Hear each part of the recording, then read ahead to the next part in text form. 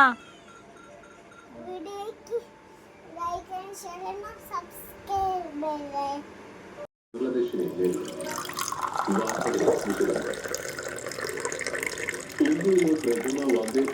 Hello.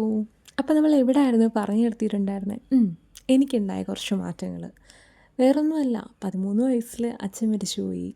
അപ്പം അച്ഛൻ പോയതിന് ശേഷം ലൈഫിൽ ഒരുപാട് ചേഞ്ച് വന്നിട്ടുണ്ട്. അതിന് മുന്നേയൊക്കെ എൻ്റെ വീട്ടിലെ രാജകുമാരിയായിരുന്നു. എൻ്റെ അച്ഛനെ രാജകുമാരിയായിട്ട് വളർന്നു വന്ന ഒരാളാണ് ഞാൻ.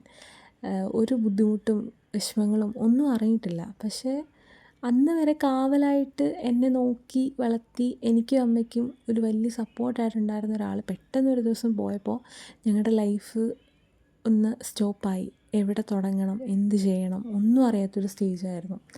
പിന്നെ അവിടുന്ന് പതുക്കെ പതുക്കെ പതുക്കെ മൂവ് ഓൺ ചെയ്തിട്ടാണ് ഇപ്പം നിങ്ങൾ കാണുന്ന ഈ ഞാനായിട്ടുള്ളത്. ശരിക്കും പറഞ്ഞാൽ അച്ഛൻ പോയതിന് ശേഷം മര്യാദയ്ക്ക് സംസാരിക്കാൻ കൂടി പേടിയായിരുന്നു. ആരോട് എന്താ പറയണ്ടേ, എങ്ങനെ മിണ്ടണ്ടേ, എവിടെ സംസാരിക്കാം, എവിടെ സംസാരിച്ചുകൂടാ, ഇങ്ങനെ ഒരുപാട് ഒരുപാട് ഒരുപാട് കാര്യങ്ങളിൽ ടെൻഷൻ ഉണ്ടായിരുന്നു. പിന്നെ ഒരു സ്റ്റേജിലൊക്കെ എത്തിയപ്പോൾ തന്നെ മനസ്സിലായി അമ്മയ്ക്ക് ഞാൻ മാത്രമേ ഉള്ളൂ. ഞാനിങ്ങനെ ഇരിക്കുകയാണെങ്കിൽ അമ്മ ഇങ്ങനെ ഇരുന്ന് പോവും.